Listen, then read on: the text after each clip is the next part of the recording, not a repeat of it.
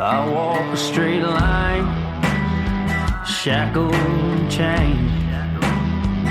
Oh, gruesome Gertie is calling my name.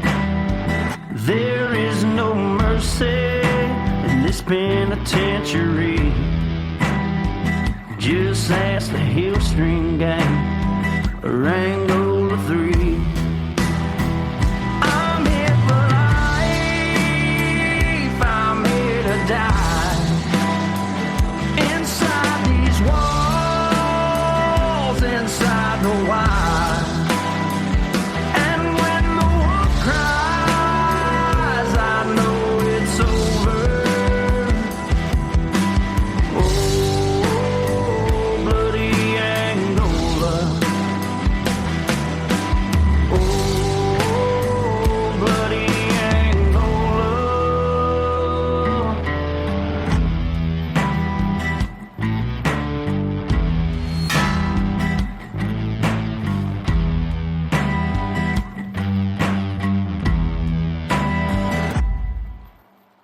Hey, everyone, and welcome back to Bloody Angola, a podcast 142 years in the making. the complete story of America's bloodiest prison. And I'm Jim Chapman. And I'm Woody Overton. We got a story today for y'all. Yes. Y'all, we always told you get something different. Then this one is going to be way different than what we normally do. It's going to be more of a story format. And we'll probably bounce around a little bit as it goes because this one really is raw and unscripted.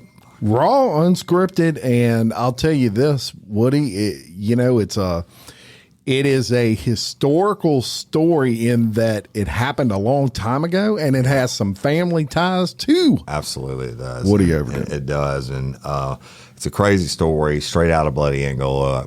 And if Jim Chapman hadn't found this story, it'd probably been lost in history forever. That's right. So what we're going to tell you about today is a convict named Ricardo Escobar. Right? That's a famous convict name.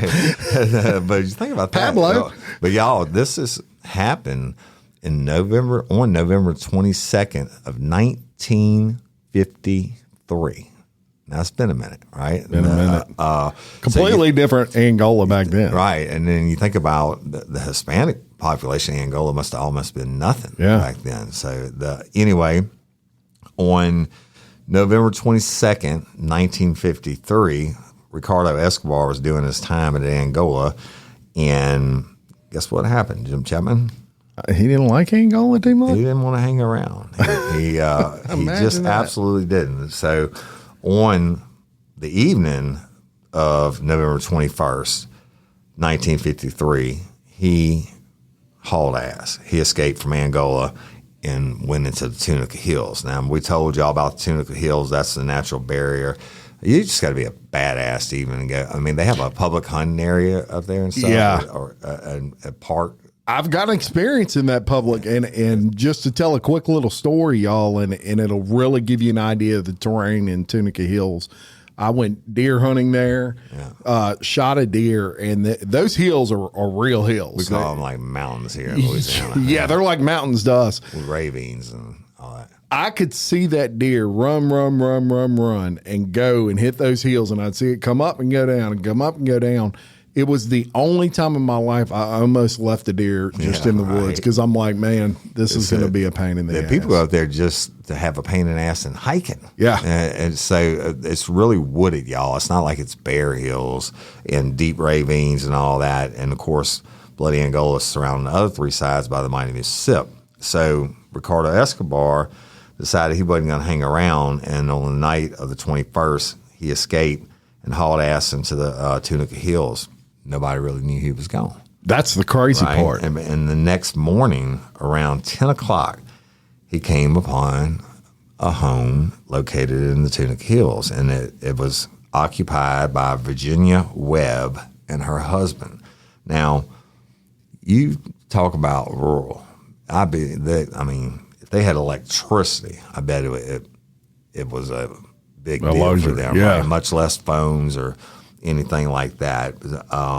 So he comes upon his house. He's like, holy shit. And I've been in the woods getting my ass tore up all night and everything. And he comes upon the house and what does he do? Well, the old convict comes in and he breaks into the home, right? He fired 2 shots from a pistol the night before when he escaped. And we'll talk about that more in a minute. He had actually stole the pistol from Angola. Now, you got an escaped convict you don't know about, and you got a stolen pistol you don't know about. That's a little bit of a problem. Now, we're not throwing shades. It's just the way that it was. So when he fired the 2 shots from the pistol, one of them hit Virginia Webb in the stomach. Now, how she lived, but of course, back then they didn't have air med and all that. I don't know all the details, but she did live, and naturally she's pissed off about it, right? And after things settled down, she actually filed a lawsuit against the state of Louisiana, stating like, hey, you should have been handling your business. You only have one job, right? Do it correctly. This convict, not only does he escape, but he gets one of your pistols and he breaks into my shit and he shoots me. Yeah. I'm suing your ass. Yeah. And she had some legit arguments, with her complaint. And y'all got to remember, this is the early 50s. Yeah. Angola was not near as secure as it is now. They really heavily relied on the terrain. Woody was talking about those Tunica Hills and the Mississippi River surrounding it on 3 sides. And those were things that they used kind of as their wire. Yeah. Other than that, it was dang near wide open. There just wasn't the escape type things they have nowadays to keep these folks from escaping. That's a great point. And let me go into that a little bit further. Okay. Today's culture, everybody sues everybody. You got all the lawyers commercials on TVs and all that. They didn't have that back then. All right. For somebody to bring a civil lawsuit against somebody was actually very rare. Right. There were no slip and falls and shit like that. But she's like, I'm pissed. So I'm suing the state of Louisiana and Angola because they should have took care of their shit. Well, now this is years after before this actually came to trial, and the judge that was over here in the civil part of the case was the Honorable Woodrow Overton. Right? How about that? That's my grandfather, y'all. And before Woody goes any further, when I came across this case, that was obviously what stood out. I was looking over old Angola cases, and I said, "Holy shit, right. That's Woody's grandpa." And he had come up, y'all. They actually called him governor because they said he would have been the next governor of the state of Louisiana, but he died like a year after this case. He was a state representative, and of course, he was an attorney, and then he got elected judge, and he oversaw East and West Feliciana Parish. West Feliciana Parish being where Angola is, the most northern west tip of West Feliciana Parish. So when he gets the case, right? I mean, back then they really, like I said, they're basically nobody sued anybody, and basically these cases got dismissed. Well, my grandfather gets the case, and we're going to go in more detail on it. And he's like, well, first of all, we got to figure out whether or not a state government can be guilty of negligence in operation of prison. Well, in this case, it seemed obvious to him, right?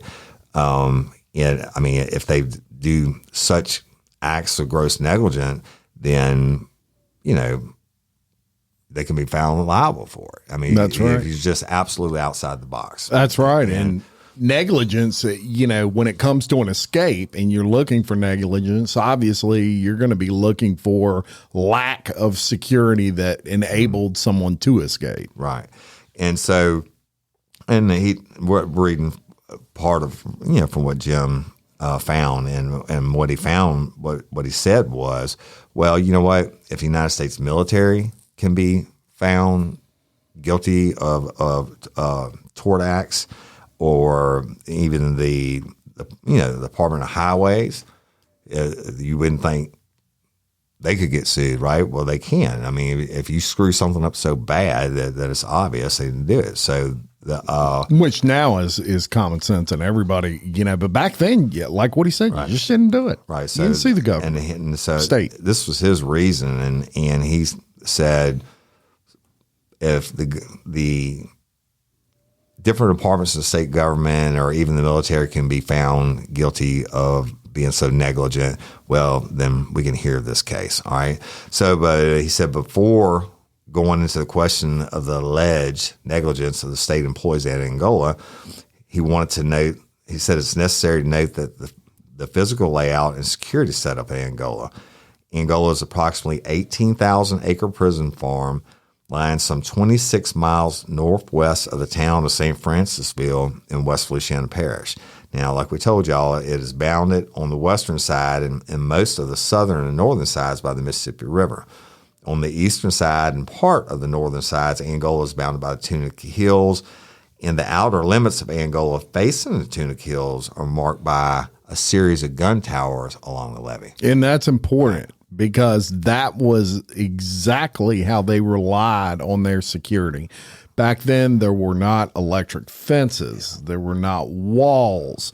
And even now, the primary walls for Angola are the Mississippi River and the Tunica Hills, but they do have fences and look, there's wire, and you've heard us talk about this. Concertina wire on top of concertina wire, and the wolf dogs and everything else, right? Back then, not so much. No, because they figured, hey, you going to run? Where you going to run? You're going to drown in the river. We're going to catch your ass in the hills, right? So that's old it. Red. Old Red. Old Red to chase them down. That's all they had. And it was a couple of guard towers. Now, what the guards were doing, I don't know. But yeah, like Jim said, there was no wall or electric fence running along the Tunica hillside for security purposes. And it says, it is very unclear for just what purposes these so-called guard towers serve, right? I mean, I guess maybe a deterrent. It's not like you run away at nighttime. They had the big spotlights and shit. I mean, you can't see shit. Think about Shawshank, y'all, and the big spotlight that they would shine, and that was pretty much all you had to look for. It was more almost of an aesthetic thing and a deterrent than something that may actually work. Right. And so in this, my grandfather's report, he writes, like I said, it's very unclear for what purposes these so-called guard towers serve. Now, during the trial part, Captain Clyde Morgan, who's a security officer that worked in Angola for some 25 years, he testified that the towers were guard posts, which when a convict goes over the levee, now, y'all, if you're not from Louisiana, a levee is a raised embankment used to hold water back, right? Captain Morgan said the towers were guard posts, which when a convict goes over the levee, they can call us and let us know. So they weren't basically even shooting at them. They were just calling in and say, hey, we got a runner, right?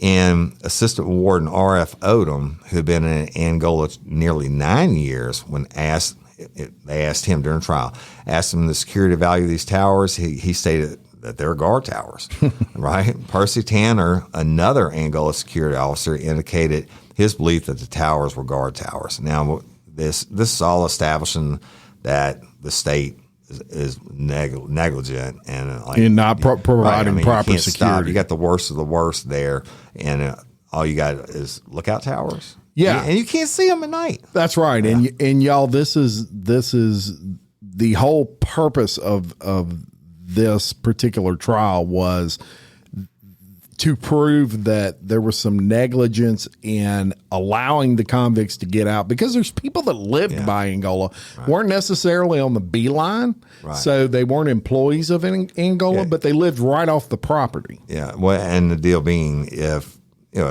we do have some escape stories, and we're going to cover in the future where it involved convicts against the people in the beeline. Well, Escobar wasn't trying to hang around, right? So he ran all night and he got far enough down to this house. But listen to this. Captain McGee Reed, the captain in charge over the security of Escobar, testified in answer to a question regarding the purpose of the towers. He said, well, they were there to guard the men on the farm. I mean, right? And seems like common sense. And then the Warden Sigler, in his testimony, as well, in his deposition, stated that the towers had little, if any, security value and were primarily useful as fire towers. Even though it seems quite odd for the warden to have such a different views from those of his security personnel, he seemingly is the one to know the security value of the towers. Yeah, and so I think his point there was, as we've discussed many times in Angola in this podcast, workers or convicts at Angola work. That's Right. what they do. Right. They don't have a choice. And really, these towers at that point in time were used to kind of supervise them as they worked. Once the lights went out and they were inside these camps, the towers weren't of much value. Right. They were more of value to see if a guy was still hoeing in the field. Right. And again, aesthetic at best, right? So what I want to say, there are a number of different camps in Angola, and we told y'all about that, right, Jim? Yes. And they're all spread out because it's a working farm, plantation, if you will, and they are spread out for economical reasons and security reasons. Economical reasons being so they can get the inmates into the fields where they were going to be working quicker and back and forth, and security keep them from massing up and doing mass riots. But so they say there are a number of different camps in Angola at different places where prisoners are kept. Around each camp, there's a fence with at least one guard tower. Now, that's very different than today, like Jim said. A fence, y'all. They're not saying it was a concertina wire fence or anything. Basically, like just a chain link fence and one guard tower overlooking the whole camp. So Warden Sigler testified that the penitentiary is the perimeter of the camps. When the prisoners are outside the confines of their particular camp, the security is a supervision kept over their work. Now, that is what they call pushing the line. And when you see the pictures of the correctional officers on horseback holding the rifles on their knees, that's what they call it. They are the line pushers. And if you run from that line, you get shot. Yeah. But when you're in the camp, that's right. And here's, the interesting thing. Well, two interesting things there. One, they had convict guards just prior to that. And look, they would shoot you in a heartbeat. Right. And they got off on the power. But this is true bloody Angola years. That's right. And not only that, and really what the meat of this story is that Escobar wasn't in a normal camp. You might be surprised to know Escobar was a trustee in a trustee camp. So the trustees had a completely different security situation than normal convicts, obviously, because they were trusted. That's where the word trustee comes in. They're trusted that they're not going to run. And usually they had to been down for a long time and typically thread, and they had the best cushiest jobs, whether it's an administration building or taking care of the houses on the B line, or as in this case, even taking care of the bachelor quarters, which is where correctional officers would live when they were there working. Single people coming in. Like when I went to work up there, I was actually living in Baton Rouge and shit. That's before they built the new highway in, and it took you 2 hours to get there from Baton Rouge. So you go there and you go to work your 12-hour shift, and you sleep in the BQs, what they call it, bachelor quarters. This is to Jim's point. They said, however, in relation to prisoner Escobar, the security setup seems to have been different. Escobar had been made a trustee and was on November 21, the day he ran, y'all, 1953. He was imprisoned in the trustee camp, which is what that time was Camp E, now it's Camp F. And according to the testimony of Warden Sigler, the security of those prisoners, including Escobar, living in Camp E was that of a system of checks. Trustees, according to Warden Sigler, have no liberties other than that they are not considered custodial risk to the point of having to be constantly on guard, but are kept under constant check and supervision. In relation to Escobar, Sigler stated that if 2 hours went by without a check being made on him, he would consider it careless on the part of the checker, right? So Captain Maynard, who was chief of security when Escobar escaped, testified that Escobar should have been checked within every 2 hours during the daylight and within every hour at night. Yeah, so where they would check your normal average convict every hour, they give him a little more leeway, and maybe every 2 hours. And the thing too, they're not spending money on having some, like you said back then, it was mostly convict guards and stuff like that. They didn't actually have the guards inside the compound. Yeah. Like the campy, they turned them in at night, and that was it. And somebody walked around outside and peered in the windows. Basically, they weren't even doing full counts and clearing full counts. That's right. And when you're a trustee, look, there's a mental thing there with the guards at this time that we don't need to check on him as much as we did. Yeah, oh, shit. I can tell you that. I mean, I had 4 tiers, 2 admin seg and 2 working cell blocks, and of course, I did my major counts and stuff. You're supposed to check them, however in between then, and you call it out, and then the girl in the cage writes it down, right? Well, the deal being is, well, fuck, they locked up. You're checking the doors every time you go down. They're not getting out, right? That's So right. can I tell you I went every 15 minutes like I was supposed to? No, it didn't happen.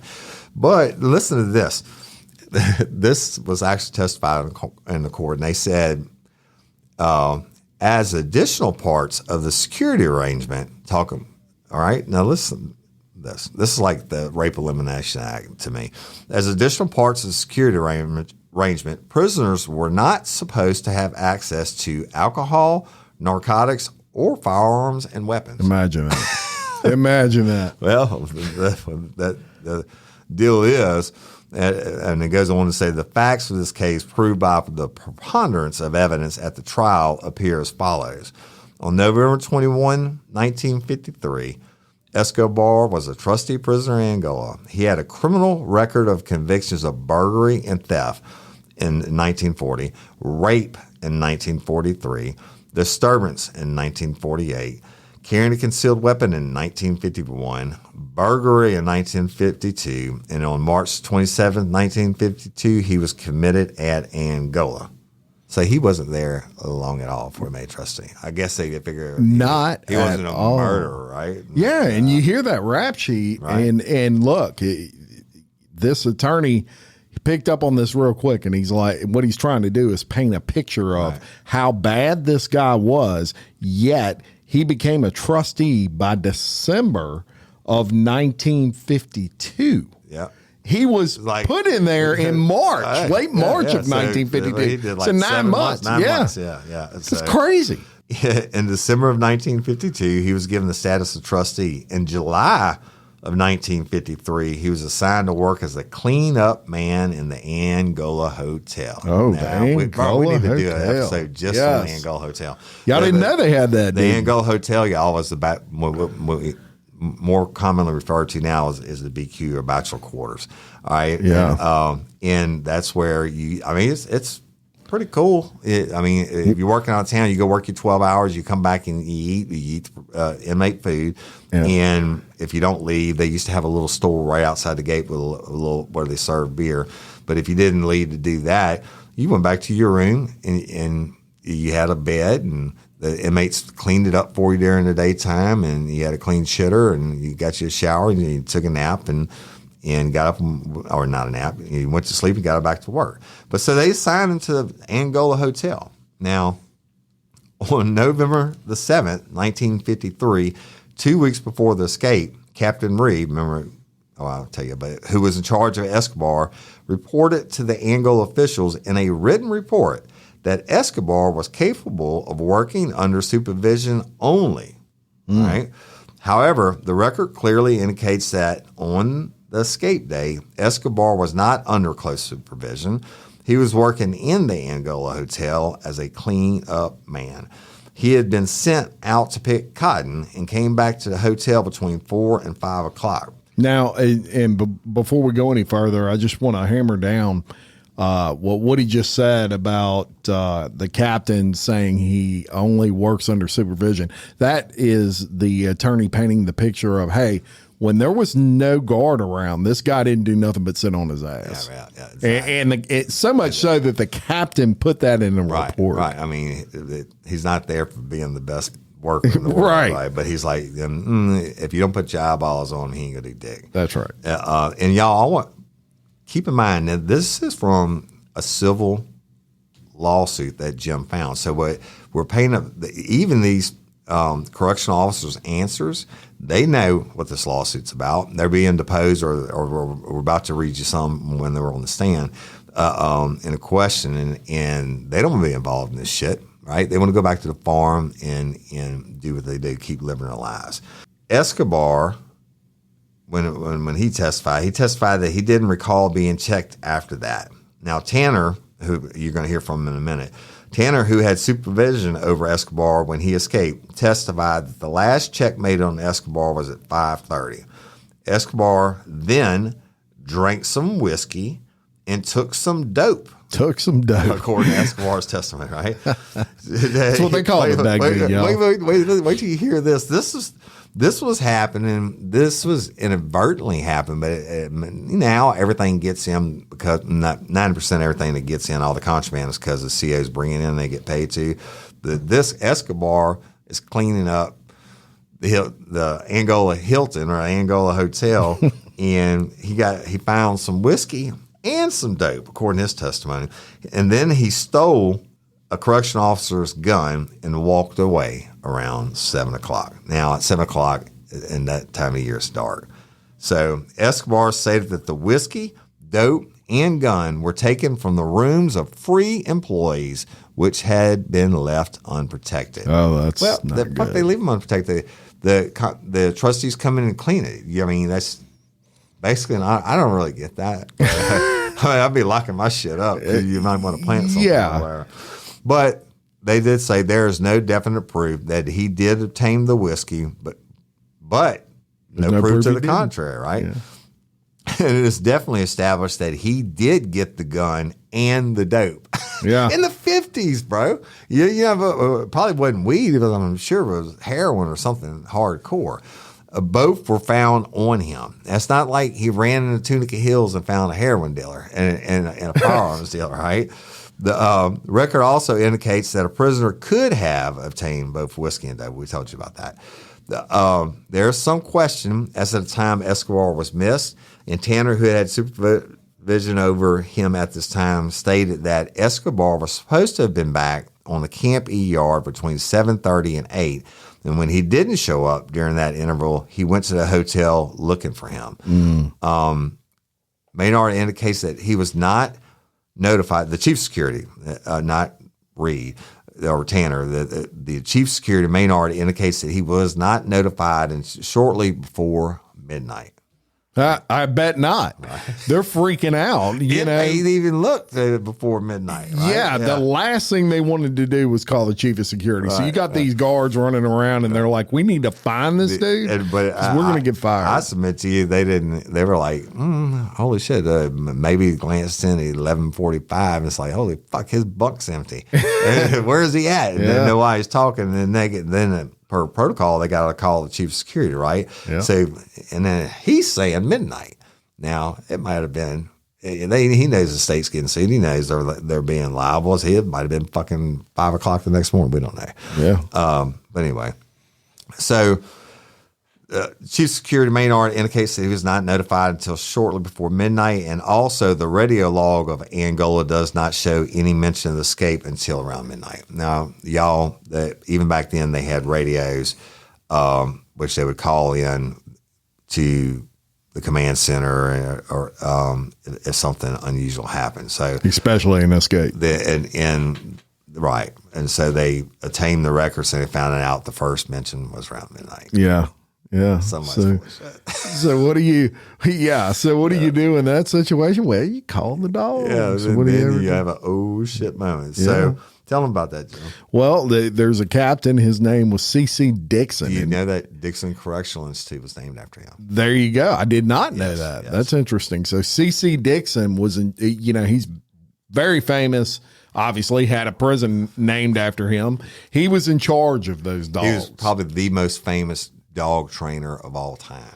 So he gets that call. And look, for him, it's kind of like if you're a weatherman and a hurricane's coming through. Yeah. This is your time. Yeah, Scott, you want me Scott Cantor? Yeah, get up, boys. Scott Cantor. You know the guy on the weather channel. He gets out the. That's it. And it's a little brisk here and shit's blowing by his head. But you live for that moment. Old CC jumped up. He woke up the dog. Get up, boys. Get up, boys. Come on, we got a runner. And while that's going on, they're still having roll call trying to figure out exactly who escaped in Camp E. Right. They didn't know at that time it was Escobar. They might have not done those roll call checks before them, or it could have been they just missed Escobar completely. A lot of times, too, on these unofficial counts, that's now it's not like it is now where they have 10 guys on shift on the camp, right? I'm talking about correctional officers. Back then, it would have been like one, and they would walk through and made a mental head count, and I'm sure they missed it, right, for the first one or the second one. And once they actually made a count, they're not counting faces. They're like, holy shit, we're one short. Yeah. Now they got to figure out who the hell they're short. Roll calls, right? Right. So they figured out after they're looking through all this that it was Escobar, and he was missed around the 8 o'clock count that they did, or shortly thereafter. And it was definitely established to be an escape after several roll call checks and checks of the hotel an hour or so later. Right. And it appeared that the regular capture procedure at this point was employed, which is get the dogs. Get the dogs. That's it. That's all they had. The dogs. There was no team at that point. There's no helicopters with infrared and all that. But you better believe that C.C. Dixon had the best dogs in the world because they were running all the time. And they had no security, right? You don't want to hear them coming after you. So they go on in the lawsuit and say, from the foregoing, including knowledge of the physical layout at Angola, the frequency of escapes, which was often the testimony of Angola officials, and all the relevant facts, it appears obvious that the state was guilty of negligence in relation to the handling of Escobar at Angola. This is what my grandfather wrote. He said the state was negligent in allowing Escobar to escape in several particulars. During the year that Escobar escaped in 1953, listen to this, is going to blow your freaking mind. There were 102 convicts that tried to leave Angola, that tried to run. That's crazy. In 1 year. In 1 year. That's how many? It's one every 3 days. Yeah, that's basically crazy.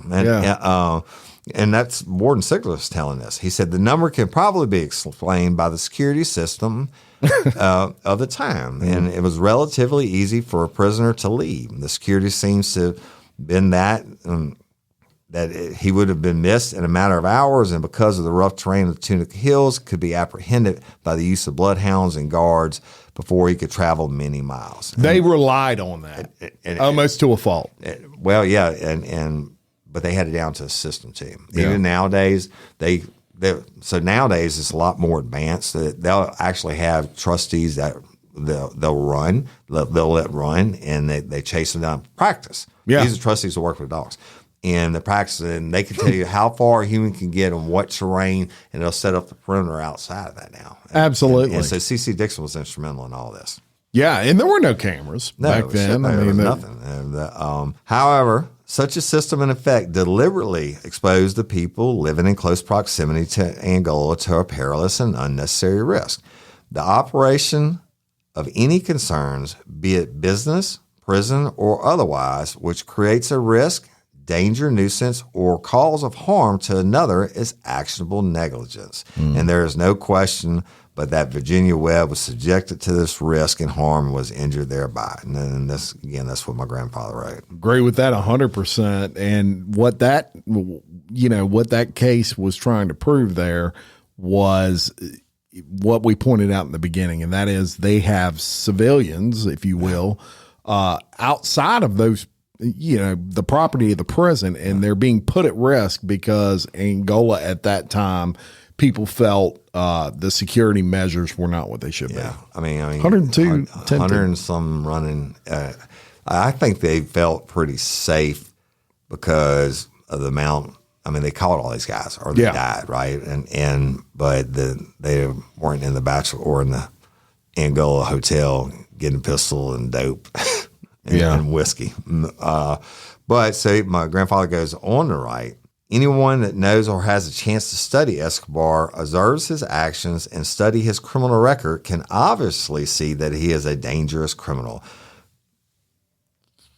It was negligence for security employees at Angola to fail to check a criminal like Escobar for near 3 hours, 2 hours of which were after dark. Security Chief Maynard stated that it had been ordered that such prisoners be checked at least every hour after dark. Again, doesn't have a right. I mean, whatever, for whatever reason. And it goes on to write, where a prison has the escape frequency that Angola had during 1953 and before, and where such prisoners were continuously harassing the people in the community, it was negligence for the prison to take no steps towards warning the populace that they had been exposed to a risk created, especially when they could have rung an available whistle. Now, they had an old train whistle like the factory whistle. Yeah. And when one ran, they were supposed to blow that so the surrounding community could hear it. They didn't do that even, right?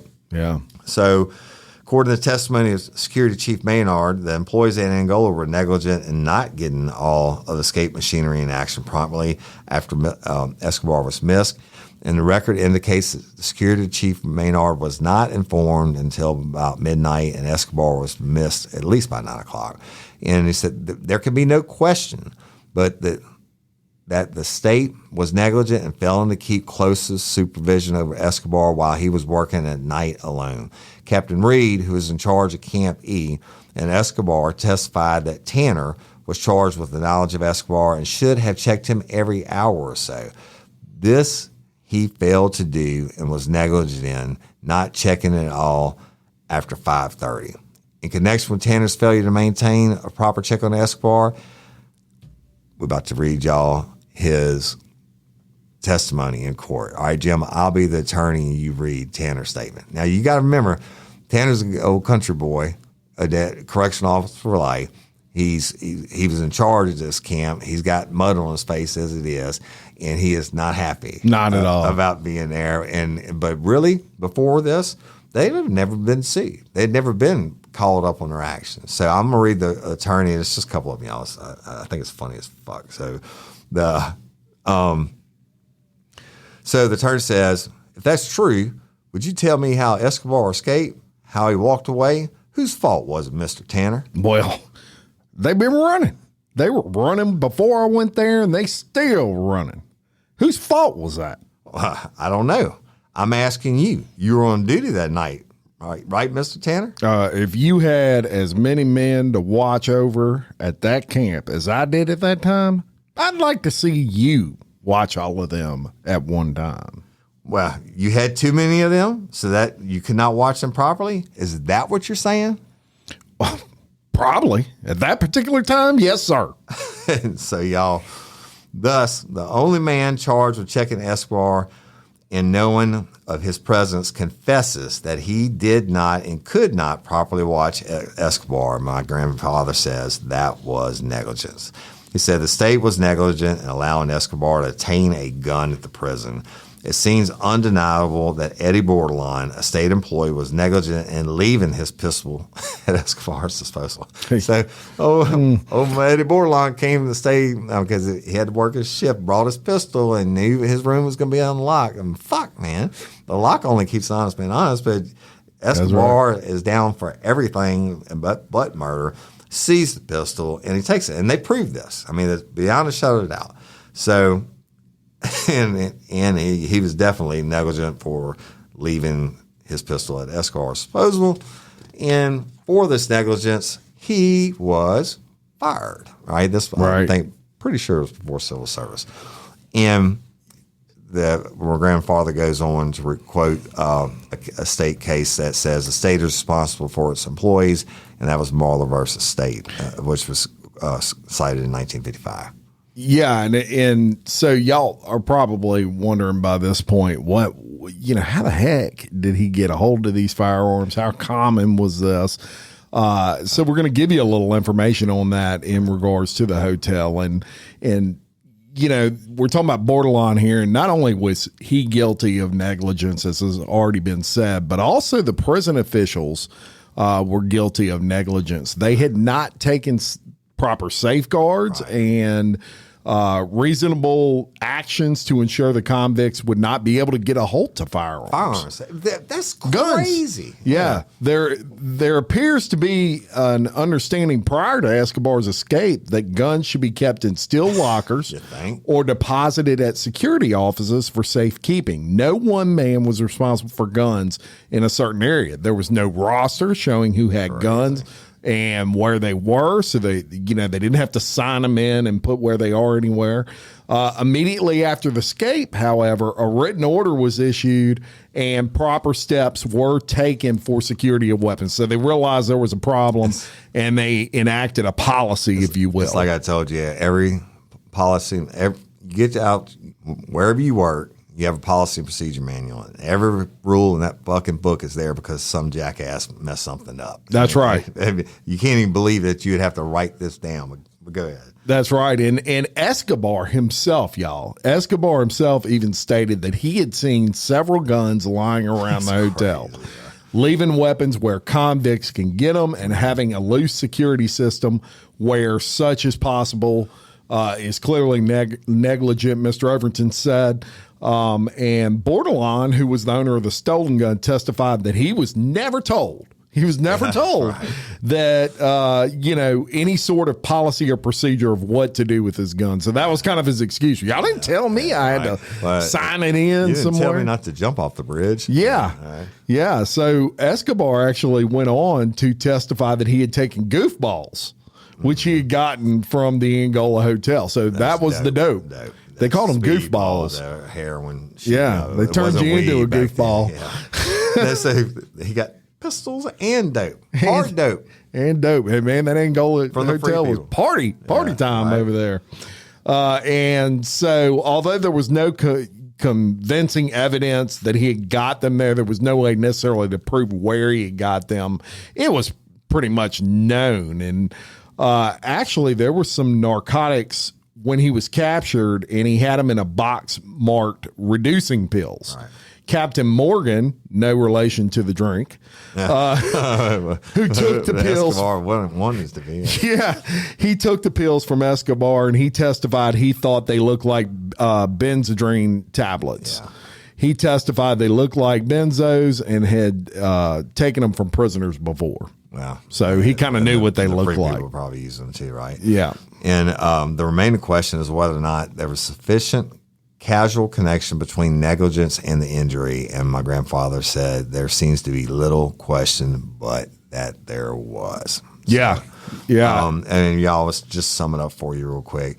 My grandfather said, the loose security and failure to check Escobar exposed the inhabitants of the community in the immediate proximity to Angola, including Virginia Webb, to just the type of injury she sustained.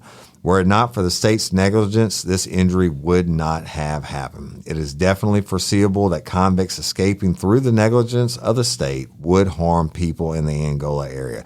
This injury was directly within the risk area created by the negligence of the state and its employees. So that's what he says. So there's an act to authorize the Department of Institutions to pay certain claims for damages sustained, I guess like a piggy bank.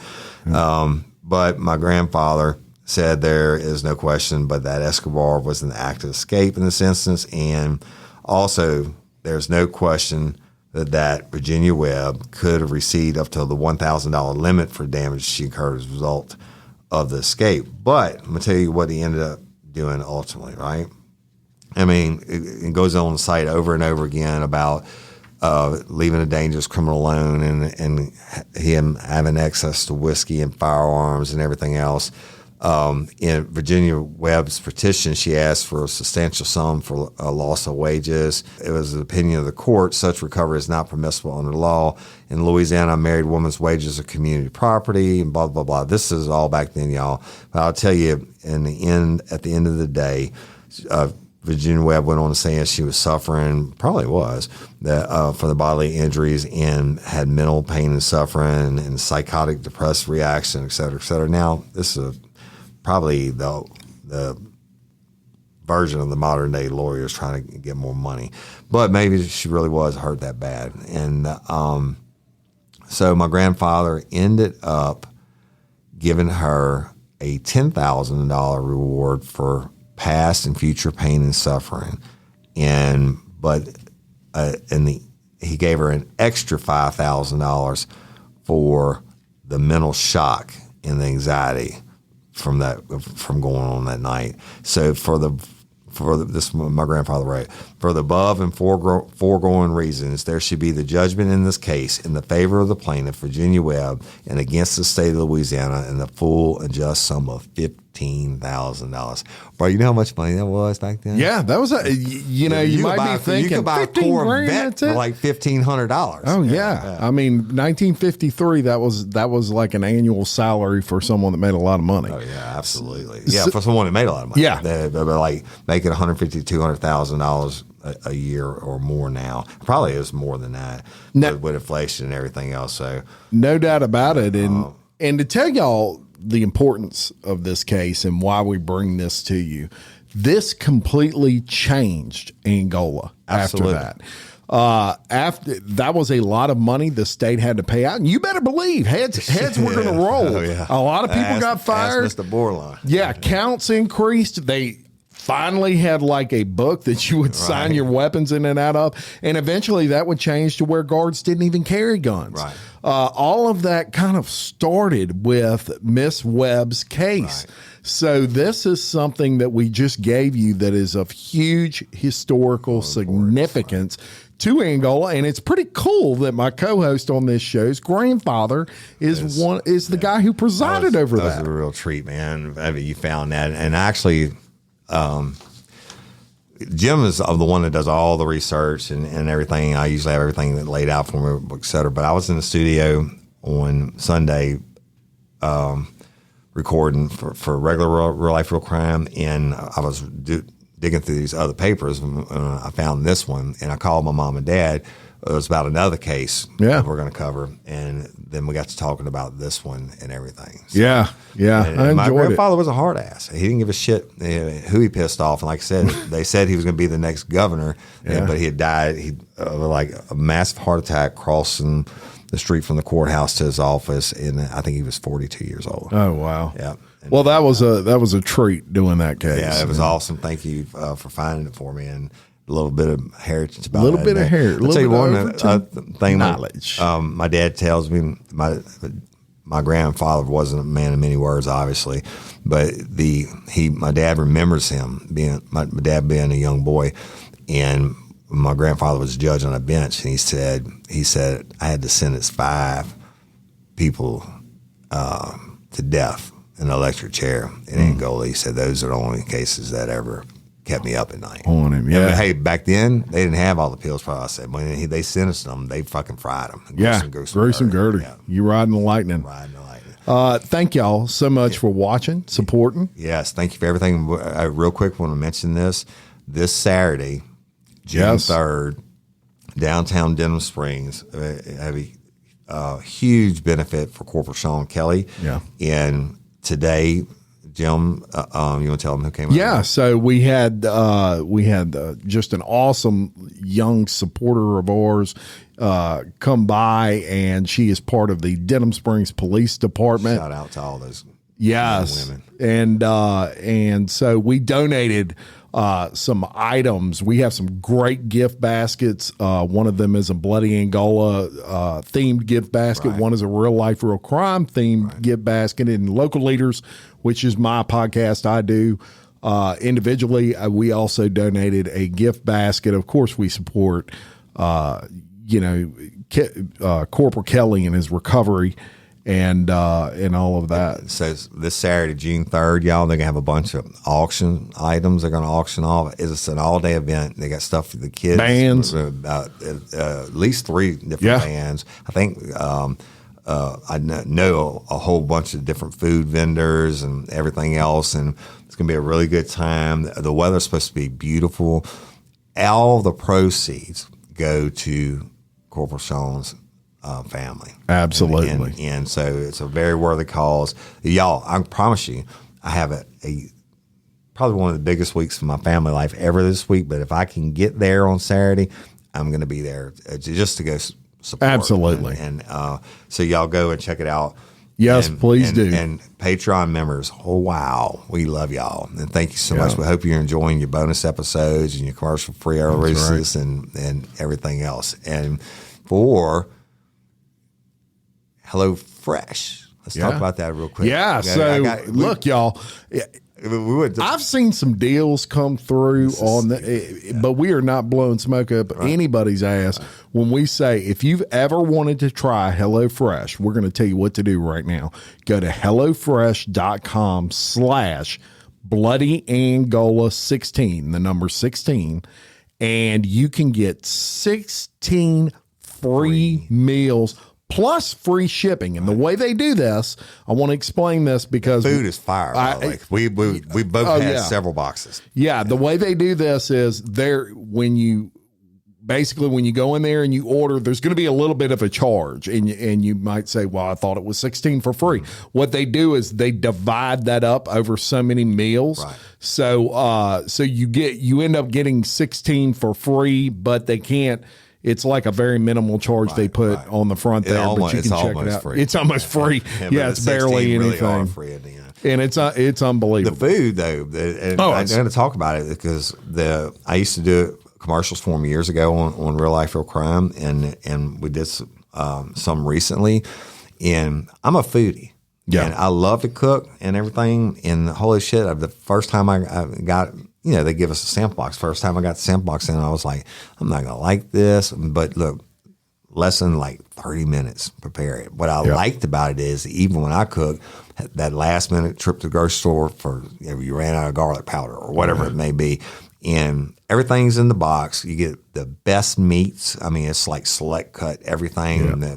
Everything's in there. You throw it together, and the food is really, really good. They put shit together like I wouldn't even think tastes good. That's right. And it's all chef-inspired recipes, and it's fire. It is, and I'm sure you've seen some pictures we've been putting up of, y'all send us pictures of finished. Send us pictures of yours. That's a great idea. Let's do that. Y'all send us pictures of yours, and we will we'll post them and have a fan vote, and the winner will send them some swag. Yeah. Send a free T-shirt to that person. So send it on, and whatever looks most appetizing, maybe or something. Yeah, well, we'll let the fans pick. We'll let the fans pick. That's right. So anyway, love and appreciate all y'all. Yes, and until members, thank you. Next time, I'm Jim Chapman. And I'm Woody Overton. Your host of Bloody Angola, a podcast 142 years in the making. The complete story of America's bloodiest prison. Peace.